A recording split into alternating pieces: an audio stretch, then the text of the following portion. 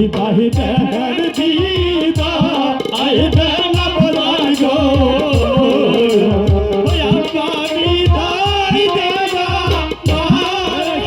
তুমি কি হয়েছে তোমার? কি বলছো? সাপ সাপ কই? সাপ আমাকে তাড়া করেছে। ও তাই না? আমাকে বাঁচান আপনি। একটু দাঁড়াও, আমি দেখছি।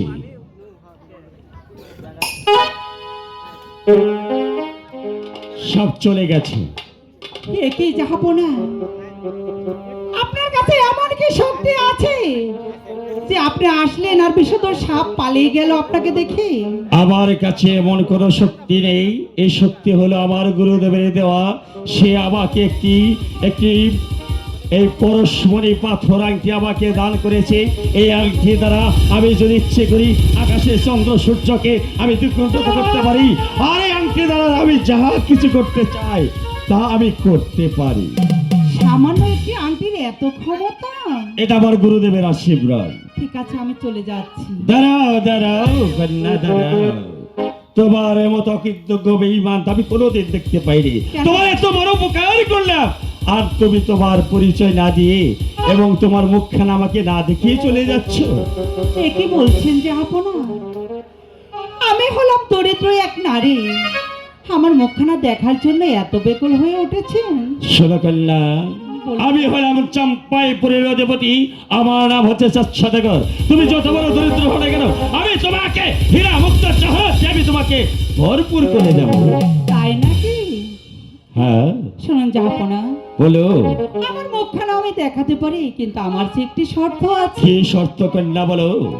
আমি তোমার সমস্ত শর্ত পালন করব। তাহলে আপনার হাতে যে আংটিখানা আছে সেই আংটিখানা যদি আপনি আমার হাতে দেন তবেই আমার মুখখানা দেখাবো। একই কন্যা, তোমায় বললে আমি দরিদ্র তাই আমি ভাবছিলাম তুমি আমার রাজ্যের কিছু স্বর্ণ মুদ্রা চাবে, আমি তোমাকে তা দিয়ে দেবো। আর তোমার এমন কি আকর্ষণ যাচ্ছে যে আমার হাতের এই আংটিখানা তোমার দেখার ইচ্ছা সাথ থাকছে। তবে হ্যাঁ কন্যা, বলুন যা। আমি হলাম ওই দেবীদেব মহাদেব শিব ঠাকুরের মতো। আমার গুরুদেব আমাকে বলেছে কোনোদিন তুমি মিথ্যা বলবে না, কোনো বোঝা সাধারণকে তুমি মিথ্যা আশ্বাস দেবে না। আমি যখন তোমাকে কথা দিয়েছি তাই আমি তোমাকে এই আংটি দেখাতে পারি। তবে আমারও যে একটি শর্ত আছে। বলুন যে আপনা, আপনার কি শর্ত? আমার এই আংটিখানা তোমার হাতে আমি দেব, তুমি ভালোভাবে দেখি তারপরে এই আংটিখানা তুমি আমার হাতে ফিরিয়ে দেবে। তুমি বলো রাজি? ঠিক আছে, ওই আংটি দিয়ে আমার কি আর কি করব? শুধু আমার দেখার স্বাদ জিগেছে, আমি দেখেই আপনাকে দিয়ে দেব। ঠিক আছে, এই নাও, এই নাও।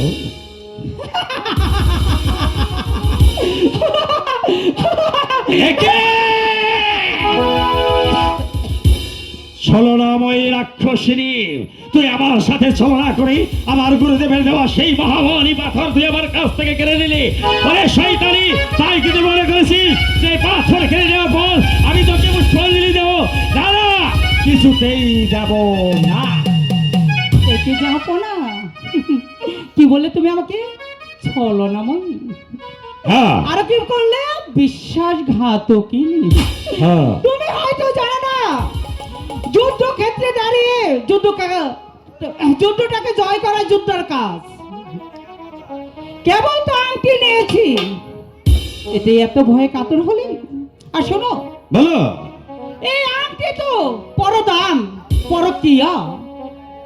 তোমার সাথে আমার সাথে যুদ্ধ হবে সরাসরি, পরদান দিয়ে নয়। তো তুমি যে ভয় পেয়েছো, আমি তোমাকে সুযোগ দিতে পারি। এখনো সময় আছে, যুদ্ধক্ষেত্র থেকে তুমি পালিয়ে যাও। তুমি নত স্বীকার করো, মাথাটা তুমি আমার পায়ে। তাই নাকি? বাবা বাবা, তুমি মনে করেছো যে পাংটি খেলা তুমি হাত করেছো তাই তোমার কাছে আমি মাথা নত করবো? না না, আমি একমাত্র মাথা নত করি আমার গুরুদেব মহাদেবের শিব ঠাকুরের চরণে।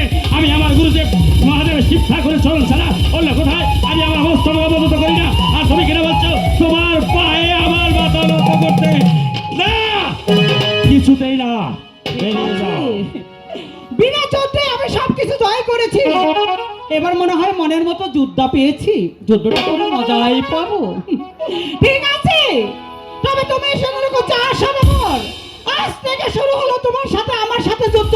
ঠিক আছে, তুমি যে পথে যাবে আমি সেই পথে বাধা হয়ে দাঁড়াবো। আমিও দেখে নেব। কেউ দেখতে চাই সেই বাধা অতিক্রম করে তুমি কেমন ঠিক করে আছে যাও। আবু, দেখে নেব তুমি কেমন করে আমার পথের কাঁটা হয়ে দাঁড়াও। তুমি যখন আমার পথের কাঁটা হয়ে দাঁড়াবে, আমি তোমাকে একটি একটি একটি করে তুলে ওই গঙ্গার জলে ছুঁড়ে ফেলে দেব। ভালো লাগলো। ঠিক আছে, আজ থেকে তোমার সাথে আমার যুদ্ধ শুরু হলো। তবে আমার যুদ্ধের একটা নিয়ম আছে, যুদ্ধকে আমি আগাম বার্তা দিয়ে থাকি। এবার টার্গেট তোমার ছয়টি ছেলে, পারলে তোমার 6টি ছেলেকে তুমি বাঁচাও। আমিও দেখতে চাই তোমার কত ক্ষমতা, তুমি কেমন করে তোমার 6টি ছেলেকে রক্ষা করো। ঠিক আছে?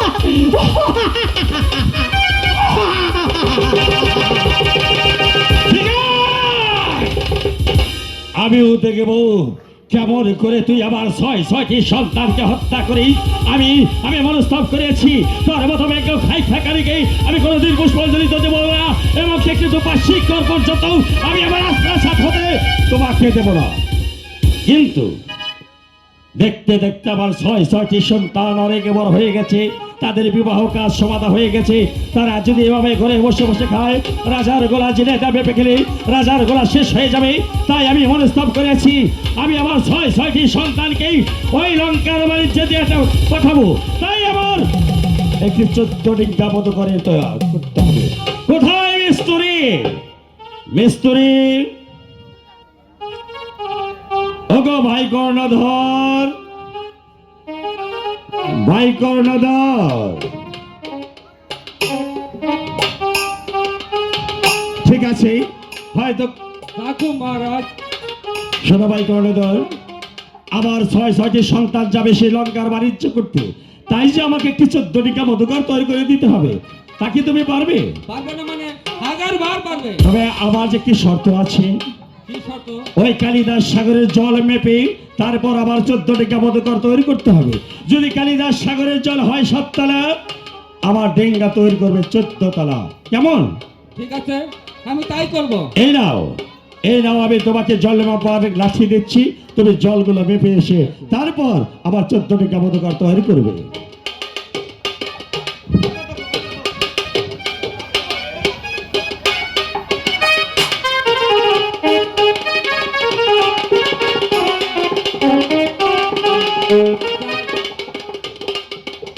এলো 6 তালা, এলো 7 তালা। তাহলে তো এখন ডিঙ্গা ছাদ করতে হবে 14 তালা। ভাই কর্ণধর, তোমার জল মাপা শেষ হয়েছে? হ্যাঁ সদাগর মশাই, আপনার জল মাপার শেষ হয়েছে। ঠিক আছে, তাহলে ওই কালিদাস সাগরে লোহা লস্কর আমার রাখা আছে। হ্যাঁ। তুমি ওখানে ডিঙ্গাটা তৈরি করে নিয়ে এসো। এর মাঝে আমি আমার রানীর কাছ থেকে এবং 6টি সন্তানকে নিয়ে আসছি। কেমন? ঠিক আছে, নমস্কার। নমস্কার, নমস্কার।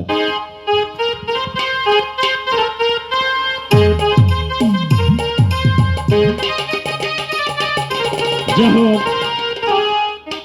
ভাই কর্ণধর গেছি 14টি মধুকর তৈরি করার জন্য। আমি আমার রানীর কাছ হতেই এবং কি আমার 6টি সন্তানকে বিদায় করে নিয়ে আমি চলে যাব সেই লঙ্কার বাণিজ্যে। কোথায় রানী? কোথায়?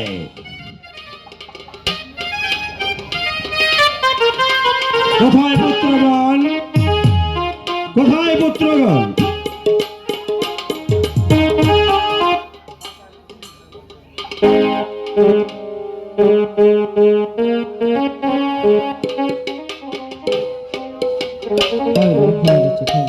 শোনো রানী, তোমার 6টি সন্তান বিবাহ কাজ সমাধা করেছি। আমরা হলাম সদাগর বংশের মানুষ, আমাদের বাণিজ্য করা ধর্ম। আমার দাদা করেছে বাণিজ্য, আমার পরদাদা করেছে বাণিজ্য, আমার পিতাও করেছে বাণিজ্য, আমি নিজেও করেছি বাণিজ্য। তাই তোমার আদরের 6টি সন্তানকে আমি লঙ্কার বাণিজ্যে পাঠাবো। তুমি কি বলো রানী? আপনি যা ভালো বুঝেন তাই করেন জাহাপন। ঠিক আছে বাবা, আমি যে তোমাদের লঙ্কার বাণিজ্যে পাঠাবো, তুমি তোমার মায়ের কাছ থেকে বিদায় নিয়ে নাও। ঠিক আছে পিতা। আমি যান বলো বাবা, পিতাই যে আদেশ করেছে আমাদেরকে যেতে হবে ওই লঙ্কার বুকে বাণিজ্য করতে। ওগো আমি যান। বলো বাবা, আপনি কি আমাদেরকে হাসি মুখে বিদায় দিতে পারবেন না? মায়ের মুখ আমি তো বিদায় দিতে চাই না। আমি যান, কেমন করে তোদেরকে বিদায় দিয়ে গৃহে থাকবো? পিতার হুকুম আমি যান। তোমার পিতার আদেশ, যেতে তো হবে বাপ। আমি তো তোদেরকে বিদায় দিয়ে ঘরে থাকতে পারবো না। আমি যান, আপনি হাসি মুখে বিদায় দিন। পিতার আদেশ, আমাদেরকে লঙ্কার বুকে বাণিজ্য করতে হবে। তোরা যে আমার বুকে মানি, আমি আমি যান। তোদেরকে ছেড়ে কেমন করে থাকবো বাপ? বিদায় দেন, বিদায় দেন জানি গো। আমি যান, জান বিদায় দেন আরে, বিদায় দেন, বিদায় দেন জানি গো। জানি বিদায় দেন আরে, তো যাব মোরা পানি জগতে। আপনি আমাকে হাসি মুখে বিদায় দেন। আমি যান।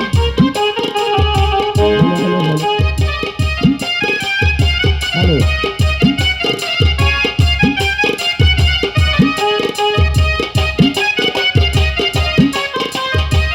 হ্যালো, আরে বাবা,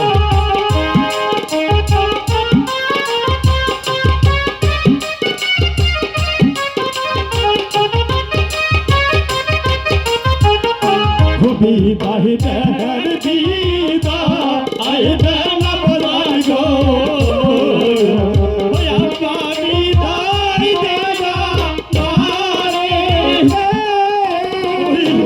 বিদায় দেন, বিদায় দেন বলাই গো।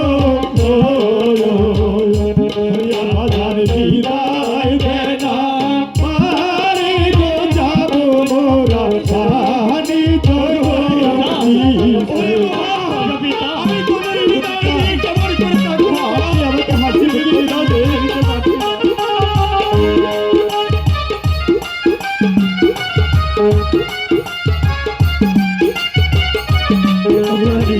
যান, তুমি এমনভাবে ভেঙে পড়ো না।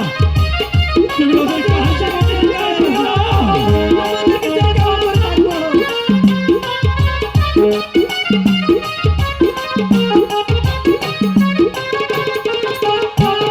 হাসি মুখে দিলে বিদায় বাবা। আমরা যাবো বাড়ি যেতে।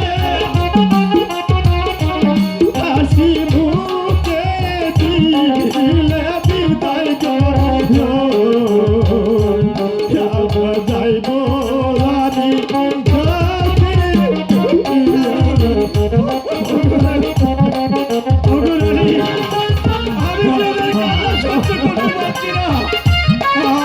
আমি যে আর স্বামী, আমি কেমন করে থাকবো স্বামী?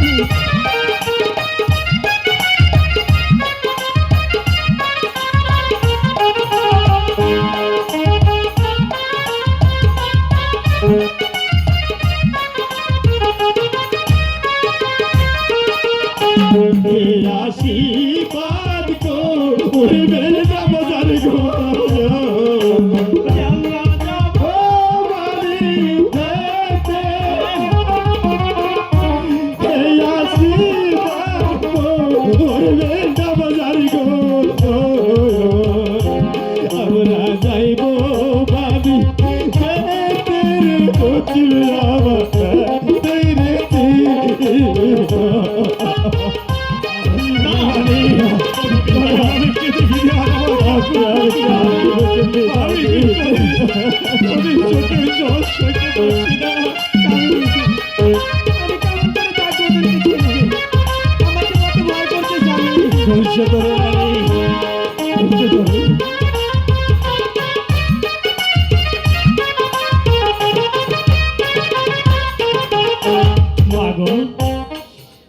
মা, ওরে মানে তুমি আমাকে হাসি মুখে বিদায় দাও।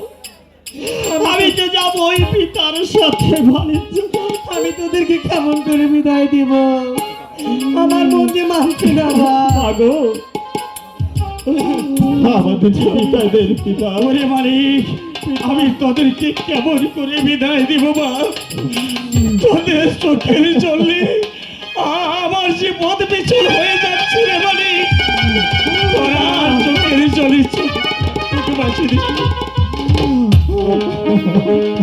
ওরে মাগো, ওরে মালিক, সবার বেলায় অমনি পাবে চোখের জলে আমাদেরকে আর আকুল করে তুলিস নি মা।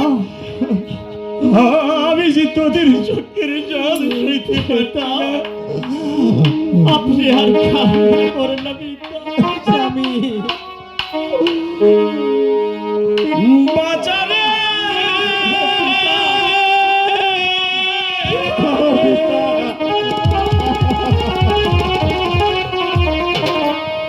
ও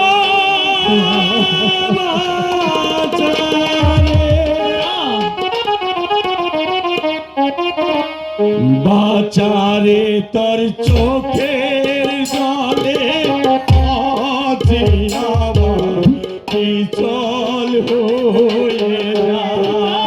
ওরে মালিক,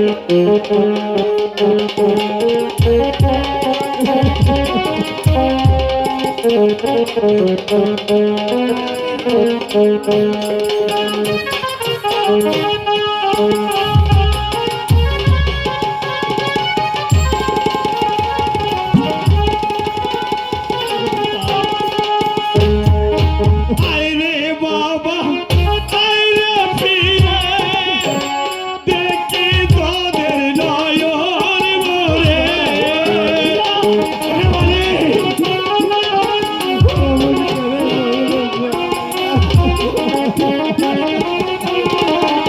আইরে বাবা আইরে বুকে দেখি তোদের নয়ন ভরে।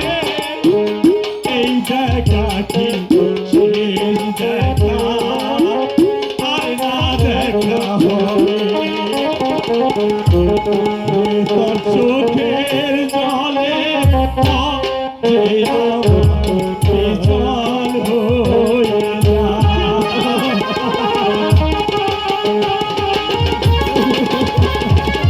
ওরে মালিক,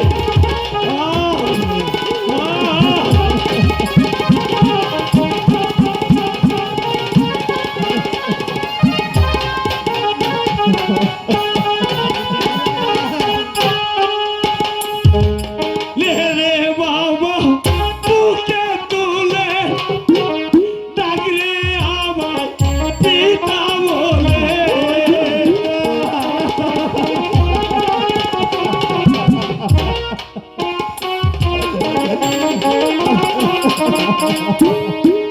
রে বাবা বুকে তুলে ডাকরে আমার পিতা বলে।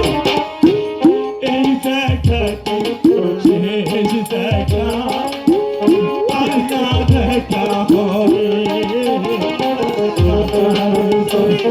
ওরে মালিক, ওরে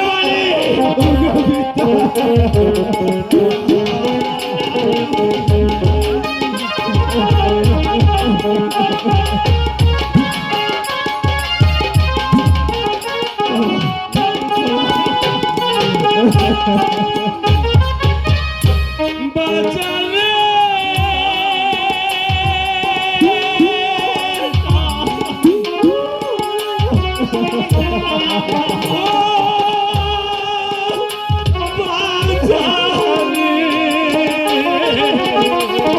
বাঁচালে তোর চোখে চলে পথে আমার বিশাল বলে যা। তোর চোখে পথে বিশাল বলে যা।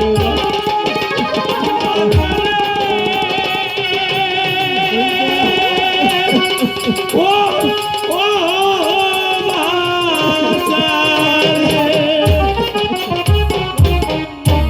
মাগো